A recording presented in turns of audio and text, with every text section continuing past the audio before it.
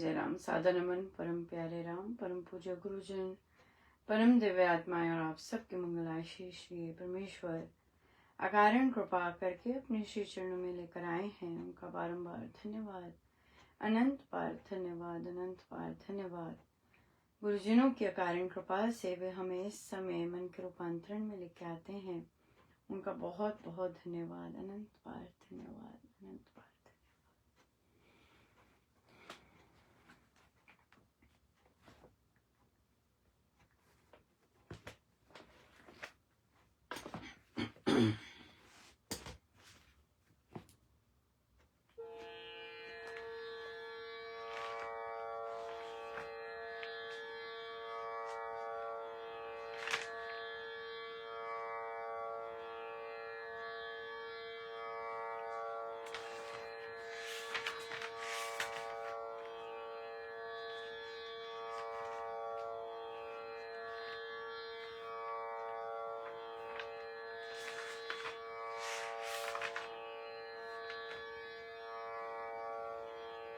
भूल जाऊं तब प्रेम में मेरे राम जी।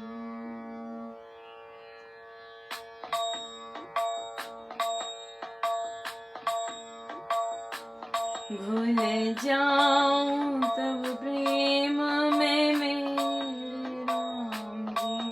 भूल जाऊं तब प्रेम में मेरे राम जी। प्रभु अब की बार, हरि अब की बार, प्रभु अब की बार, हरि अब की बार। भूल जाऊं तब प्रेम में मेरे राम जी। भूल जाऊं तब प्रेम में मेरे राम जी। प्रेम भक्ति मेरे राम में मेरी रहे अखंड सदा सब देवी। चाहे काया होवे मेरी देवी, पर ना हो प्रभु नाम से दूरी। हरि अब की बार, प्रभु अब की बार, हरि अब की बार, प्रभु अब की बार। भूल जाऊं तब प्रेम में मेरे राम जी। भूल जाऊं तब प्रेम में मेरे राम जी। चाहे चाले चले को चिन्ह राही, कुटिल कटु कपट से मुझे लूटे। केवल कृपा विश्वास मैं तो सत्य पालूं। शरणागत बनी रहूं सदा मैं।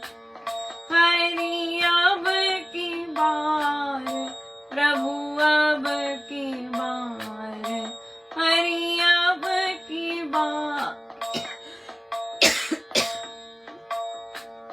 प्रभु अब की बार। भूल जाऊं तब प्रेम में मेरे राम जी। भूल जाऊं तब प्रेम में मेरे राम जी।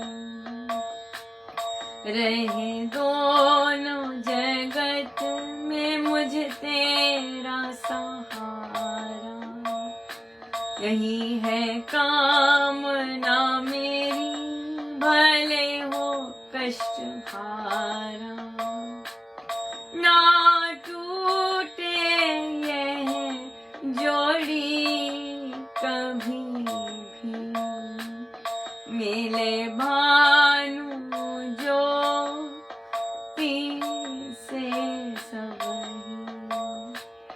हरि अब की बार प्रभु अब की बार, हरि अब की बार प्रभु अब की बार, भूल जाऊं तो प्रेम में मेरे राम जी, भूल जाऊं तब प्रेम में मेरे राम जी। चित्त के चारों चंद्र है चक्षु के तारे, दिल के दिल मृदुल मेरे प्राणों के अति प्यारे। जगत में मीत तुम मेरे, मिलो मेरे राम रखवारे। प्रभु अब की बार हरि अब की बार, प्रभु अब की बार, हरि अब की बार, भूल जाऊं तब प्रेम में मेरे राम जी, भूल जाऊं तब प्रेम में मेरे राम जी। हरि अब की बार, प्रभु अब की बार, हरि अब की बार, प्रभु अब की बार।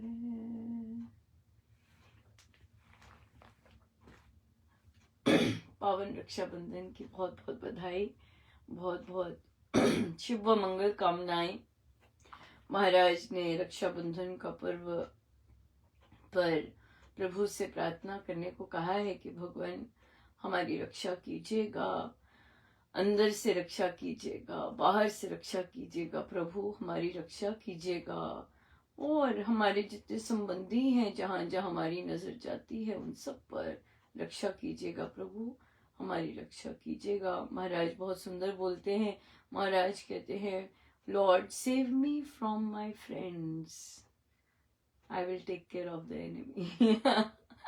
हाँ, दुश्मन का तो पता ही है कि दुश्मन है, और वहां पर तो वे कभी भी पता ही है कि उनका जो वार होगा या कैसे होगा। But you save me from my friends, right. So महाराज कहते हैं जितने सो कॉल्ड अपने, जिन्हें महाराज शरीके बोलते हैं, जो अपने निकटतम होते हैं, वहां से हमें बचाइए प्रभु, क्योंकि वो कब टांग खींचे या वो कब नीचे से सब कुछ खींच जाए, हमें पता नहीं है, राइट। सो आप सबको बहुत बहुत बधाई, खूब एंजॉय कीजिएगा। हमारा जाप है आज 12 घंटे का जाप है, सायं सत्संग से आरंभ होगा, ज्वाइन कीजिएगा अगर समय हो तो। और असली राइट, असली के साथ राखी बांधीजिए। राखी बांधिएगा। और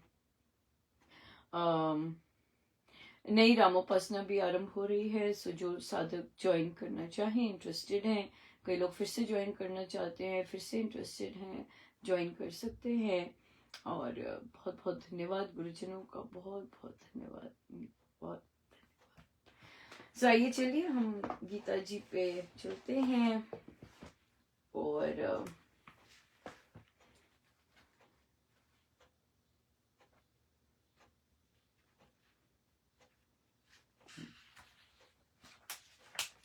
पेज है 67 पर। कर्म योग से, निष्काम कर्म से तथा ईश्वर भक्ति से मनुष्य का कल्याण हो जाता है। हे कुरुनंदन, ऐसा निश्चयात्मक बुद्धि, निश्चित धारणा, सुनिश्चित निश्चय इस विषय में एक ही है। और इस निष्काम कर्म में ना निश्चय रखने वालों की धारणाएं बहुत शाखाओं वाली अनंत होती हैं। युक्ति युक्त इस निष्काम कर्म में सुदृढ़ श्रद्धा रखने वालों की धारणा तो अटल होती है कि कर्म योग से ही हमारा कल्याण हो जाएगा। परंतु जो जन कर्म धर्म में विश्वास नहीं रखते, वे नाना वासनाओं में फंसे हुए अनगिनत देवों के पीछे दौड़ते हैं और अनेक स्वर्गों की प्राप्ति के उपाय करने में तत्पर बने रहते हैं। सो निष्काम कर्म से तथा ईश्वर भक्ति से कल्याण हो जाता है। कर्म योग का दूसरा नाम भक्तिमय कर्म योग है। तो इसका दूसरा नाम निष्काम कर्म है कि हम बिना किसी कामना के, बिना किसी चाह के अपना कार्य करते हैं, काम करते हैं, और ईश्वर भक्ति से मनुष्य का कल्याण हो जाता है। यहाँ पर निश्चयात्मक बुद्धि एक ही है, लेकिन जो इसमें विश्वास नहीं करते हैं वे, उनकी जो धारणाएं होती हैं बहुत अलग अलग होती हैं। और इसमें सुदृढ़ निष्ठा रखने वालों की धारणा तो अटल होती है कि कर्म योग से ही हमारा कल्याण हो जाएगा, निष्काम कर्म करने से हमारा कल्याण हो जाएगा। हमें कोई चाहत नहीं करनी, जैसे महाराज रखे, जैसे प्रभु रखे, पर हमने जो काम करना है वो निष्काम करके करते जाना है। तो आज फिर बहुत इंटरेस्टिंग रहा। मेरी कॉलीग से बात हो रही थी कि आपका हाल चाल क्या है, अब आप बेटर फील कर रहे हैं? कहते ठीक है, कल से ज्यादा बेटर है। तो पर उन्हें महाराज ने यही कहलवाया कि आप जितने इतने सुंदर कार्य आप कर रहे हैं, आप करते जाइएगा और गिव अप मत कीजिएगा। और फिर दूसरों को जो देखना होता है कि दूसरों का रिस्पांस कैसा है, उससे लांग सकते हैं आप। तो बिल्कुल सही कहा उन्होंने। कहते पर बहुत मुश्किल है, यस बहुत मुश्किल है ना, ये करना, ये कर पाना कि दूसरे जो भी कहते हैं कहते रहें। हमें दूसरों से अपेक्षा नहीं है, एक्सपेक्टेशंस, राइट। हमें दूसरों से एक्सपेक्टेशन नहीं है, लेकिन हम करें, हम बिना किसी की एक्सपेक्टेशन के हम अपने सुंदर से काम करते जाए, जो हम इंजॉय करते हैं, जो हम बच्चों के लिए निष्काम भाव से करना चाहते हैं। पर आई थिंक जहाँ एक्सपेक्टेशन होती है वहां निष्काम भाव नहीं रहता, क्योंकि वहां पर आप कुछ चाह रहे हो तो कोई कामना होती है, राइट। और क्योंकि कोई कामना होती है इसलिए फिर हम उसे चाह नहीं, हमारा वो निष्काम नहीं बन जाता, और तभी हम दुखी होते हैं। एक्सपेक्टेशंस हैं कि भी मेरे को सराहा जाए या मेरा वो हो, पर नहीं होती तो फिर हमें दुख होता है, जैसे हम देख रहे हैं इस तरह से। अब और भी देखिए, जैसे और भी टाइट होगा, क्योंकि जैसे मुझसे महाराज कितने वर्ष से सर्विंग सनशाइन करवाते थे अपने कॉलीग्स के लिए। अब हमें नोटिस आ गया कि आप कलेक्टिव ईमेल्स नहीं भेज सकते स्टाफ को। ग्रीन टीम की जैसे ईमेल्स सबको जाती थी, तो अब नोटिस आ गया कि आपको अप्रूवल लेना पड़ेगा, फिर आप सबके पोस्ट कर सकते हैं इस तरह से। यहाँ पे आदमी बहुत कुछ सोचता है कि अगर अप्रूवल लेना है तो फिर तो, और अगर सारे स्टाफ को भेजने के लिए अप्रूवल लेना है तो इसे चुना डालो। पर बात फिर ये आ जाती है कि अच्छे काम अगर कर रहे हैं उससे पॉजिटिविटी आती है, आप इंजॉय करते हैं, तो फिर उसमें आपको दुखी, आपको बंद क्यों करना। हम देख सकते हैं तो वो उसमें सोल्यूशन निकल सकते हैं, राइट। और क्योंकि हमारा जो बुद्धि है सोल्यूशन की तरफ जाती है कि कोई भी सुंदर सी चीज बंद क्यों करनी, तो सोल्यूशन की तरफ जाती है, तो सोल्यूशन निकल आ सकते हैं। अगर ऐसे भी नोटिस आते हैं, बंद होते हैं, तो बहुत सुंदर सोल्यूशन निकल आ सकते हैं, क्योंकि बहुत जन आगे आगे भी करते हैं, बहुत सुंदर चेन बनता है, इतनी पॉजिटिविटी आती है, जो कई बार जो चाहिए होता है वही चीज मिल जाती है। इसलिए बहुत सुंदर बात है, हो जाता है। हम देखते हैं कैसे चलता है इस तरह से। ये भी इम्पोर्टेंट है, क्योंकि बहुत लोग प्रोफेशनल होते हैं, बहुत सारा वे नहीं चाहते कि और कोई चीज बातें बाहर जाएं, या किसी किसी एक का वो हो, या फिर किस तरह हो। पर हमारा मोटिव संसार से अलग होता है। हमारा कोई मोटिव हमारा मोटिव बांटने का होता है, और वो भी सकारात्मकता बहुत इम्पोर्टेंट होता है, पॉजिटिविटी बांटनी, और फिर उस पे या बहुत बहुत सुंदर रहता है। सो हम लेते हैं प्रश्न आज का।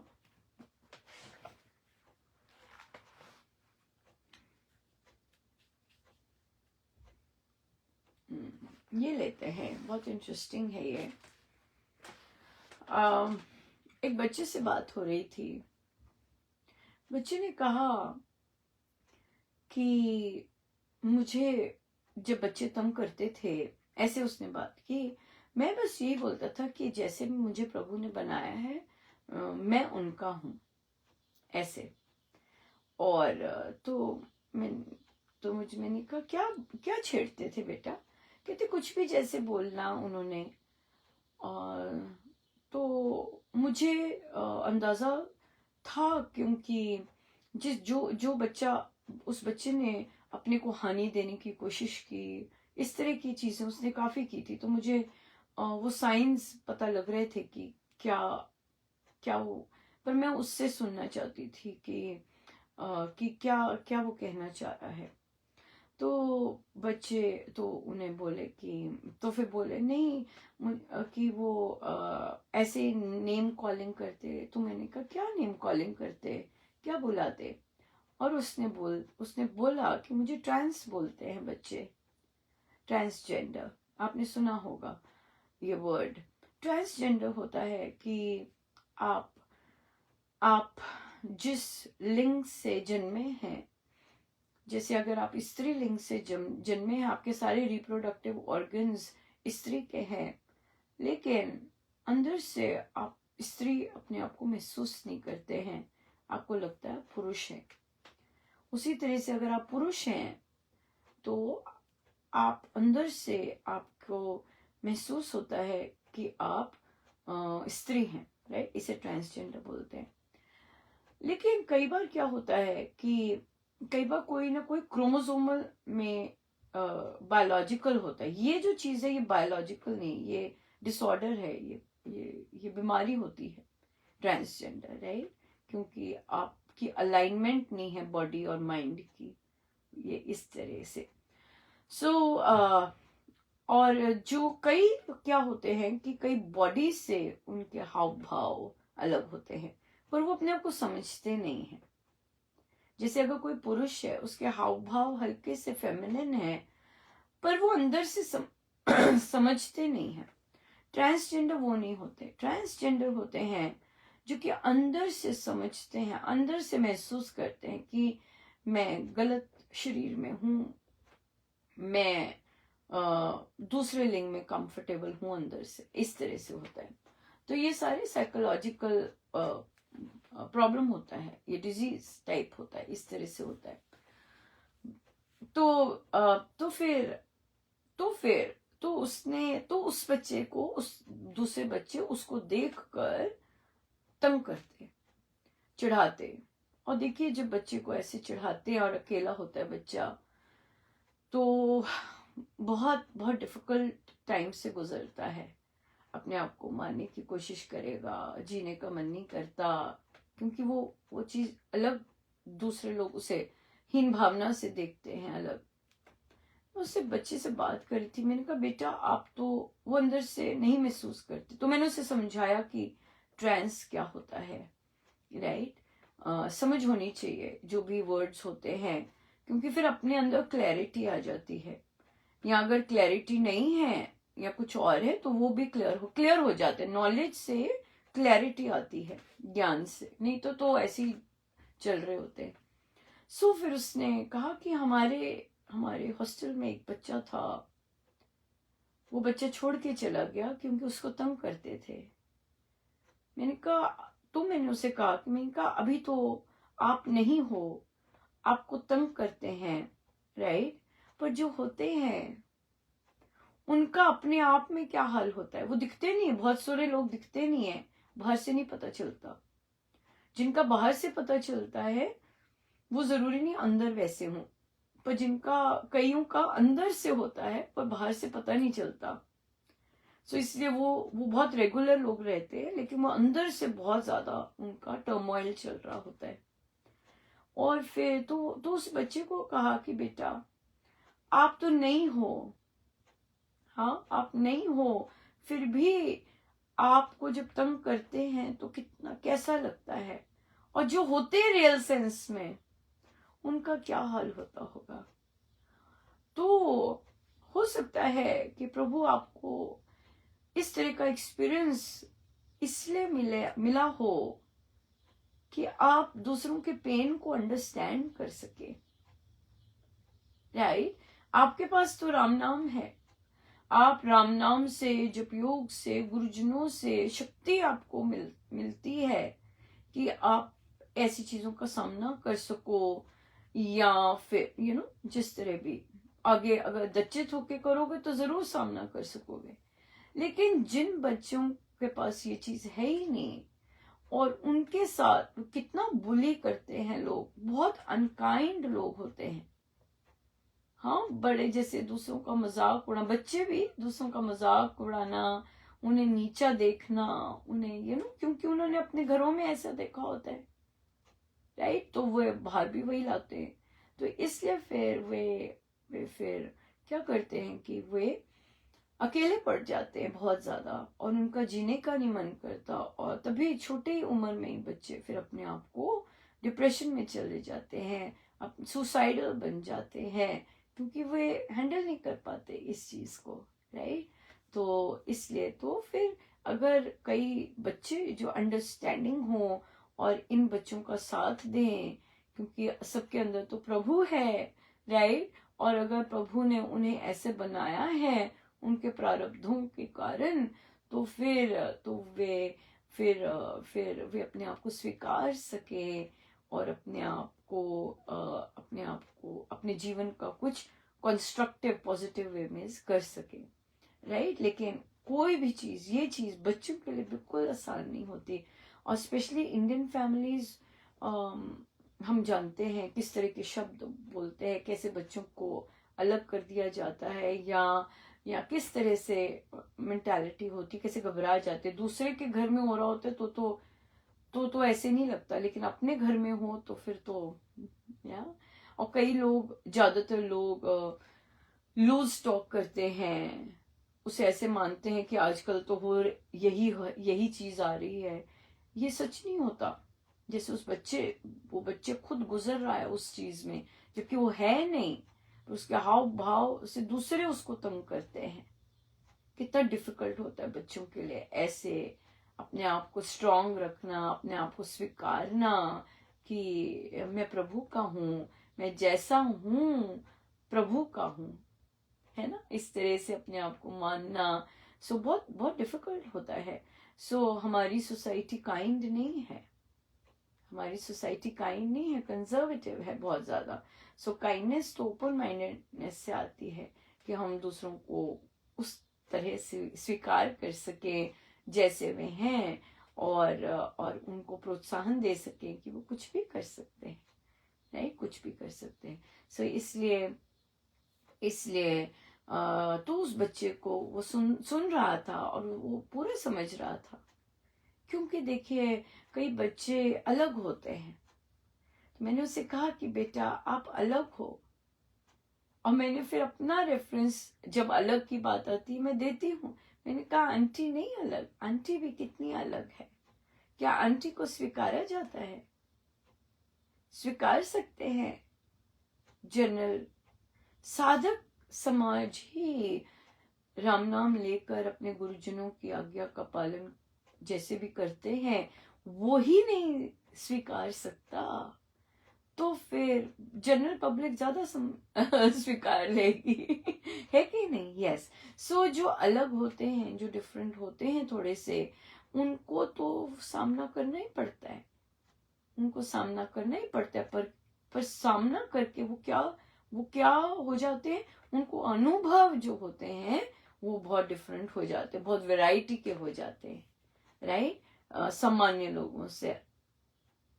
क्योंकि उनको जो फेस करना पड़ता है, वो जिन चीजों से गुजरते हैं वो सामान्य लोग नहीं गुजरते उनसे, राइट, जितने की हल्के से टेढ़े, हल्के से मेढ़े लोग गुजरते हैं, राइट। इसलिए पर है तो सब प्रभु के, प्रभु तो सबसे प्यार करते हैं और जैसे हैं प्रभु के हैं, राइट। और हम नहीं जानते किस किस को प्रभु ने अपनी गोदी में लगा रखा होता है ना। जैसे महाराज ने कहा, हमें नहीं पता किस किस को प्रभु गले लगा के बैठे होते हैं, हमें नहीं पता। सारे प्रभु के हैं, सब प्रभु में है और सब प्रभु से ही है। सो प्रभु तो हर धर्म अध्यात्म तो यही सिखाता है कि सबको स्वीकारें और इकट्ठे रल मिल के हम चलें और मस्ती रहे राम नाम की, है ना। पर पर कहना तो फिर जो कहना मानते, जो चयन ऐसा करते हैं वो फिर चलते हैं इस रास्ते पर, राइट। सबको स्वीकारना, जैसे भी है कोई स्वीकारना, परिस्थिति स्वीकार। घर से स्टार्ट होगा ना। घर भी तो संसारी है, घर में भी तो सब चाहते हैं कि हम एक जैसा ही सारा कुछ हो, पर वहां पे भी एक अपना कद्दू निकल आता है जो अलग होता है, राइट। तो सारे उसे ही सुधारने में लगे होते कि कद्दू घिया बन जाए है कि नहीं। इसलिए घर से शुरू होता है सबको स्वीकारना। और फिर ऐसे लोग सबको स्वीकार भी सकते हैं, उनमें क्षमता होती है सबको स्वीकारने की, क्योंकि वो अलग होते हैं वो सबको स्वीकार सकते हैं इसलिए सबको स्वीकारना और फिर प्रेम बांटना, है ना। स्वीकार, जो जिसके अंदर प्रेम भरा होगा वही तो बांट सकेगा। जैसे अब प्रोफेशनल में भी हम बांट नहीं सकेंगे सकारात्मकता, तो क्या हो गया कि ठीक है, क्या है, स्वीकारा कि आप प्रोफेशनल, बहुत ज्यादा प्रोफेशनल हैं, आप उसी में रहना चाहते हैं, ठीक है। पर कोई तो होंगे ना जिनको अच्छा लगेगा ऐसी बातें सुनना, ऐसी बातें देखना, ऐसा करना। तो ऐसी एक उसी कम्युनिटी में एक छोटी सी कम्युनिटी बन जाएगी, बन भी सकती है कि नहीं, जो कि ऐसी चीजों को रिस्पॉन्ड करते हैं। या गुरुजनों का बहुत बहुत धन्यवाद, इतना सुंदर सिखाते हैं। और आज के पावन पर्व की आपको बहुत बहुत बधाई। और पर्व का मतलब ही होता है कि अगर झुकना पड़े तो, राइट, अगर झुकना पड़े तो झुक जाएं। अगर कष्ट होता है झुकने के लिए, फिर इसका मतलब अभी साधना करनी बाकी है। जब भी कष्ट होगा झुकने के लिए, इसका मतलब साधना करनी अभी बाकी है। आइए हम सीधे होके बैठे।